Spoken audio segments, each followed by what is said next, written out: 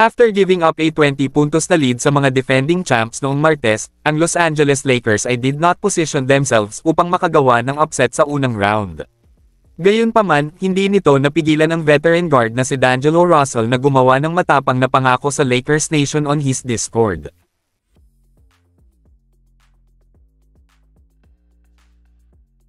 It's not a huge mystery what D'Angelo is holding himself back from saying. Alam na alam ng Lakers na hindi nasisiyahan ang Lakers sa officiating in the game, lalo na sa huli nang gumawa sila ng mga controversial calls that could have gone either way.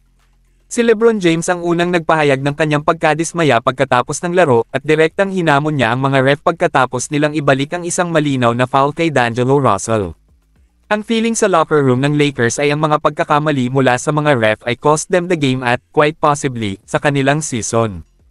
At one point during the night, ang Lakers ay rolling with 20 points na kalamangan, at ang trio nina LeBron James, Anthony Davis, at D'Angelo Russell ay hitting their shots all night long. Sa huli, gayunpaman, hindi pa rin ito sapat upang talunin ang Nuggets, who stormed back in the final quarter to win the game of a Jamal Murray game winner. As they head back home sa Los Angeles, ang Lakers ay desperado na maghahanap ng mga sagot sa anumang paraan upang slow down ang offensive juggernaut na ito.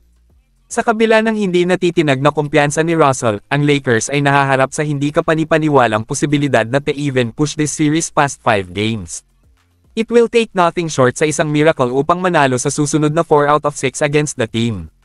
Ang Los Angeles Lakers ay outmatched. Ang Purple at Gold ay dumating sa postseason na ito na may maraming optimism about their team. Dahil healthy ang kanilang mga core players at nagmula sa isang impressive stretch sa pagtatapos ng regular season, hindi nakakagulat na tinanggap ng Lakers ang challenge na harapin ang Denver at mayroong ilang level of faith na sa taong ito ay different kaysa sa kung paano ito nilalaro noong 2023. Sa unang dalawang laro, gayunpaman, ang mga signs ay hindi maganda para sa Lakers. Game 1 wasn't that close, and the Nuggets pulled away sa second half, salamat sa big performances ni Nikola Jokic at Michael Porter Jr.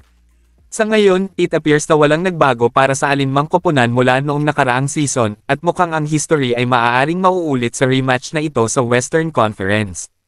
Ultimately, ang larong tutukoy sa seryeng ito ay mangyayari sa Friday pabalik sa Los Angeles.